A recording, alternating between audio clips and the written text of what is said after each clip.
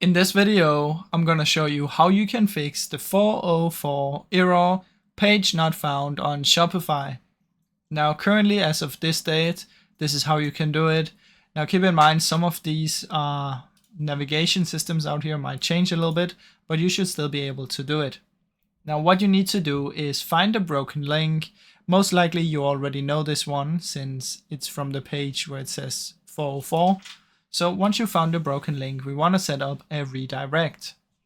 Now, to do this, you want to open up Shopify, content, menus. Now, like I said, this might be different from you, but you should be able to find this.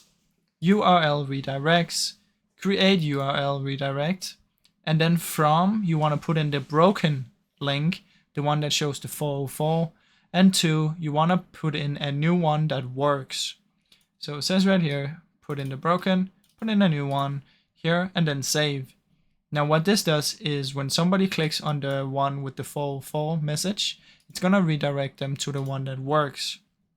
Now this should fix the issue, but if this doesn't work, here are some common things. Maybe you made a typo, or maybe you have installed some apps or themes that conflict with each other, or maybe there's some error if you're using custom code.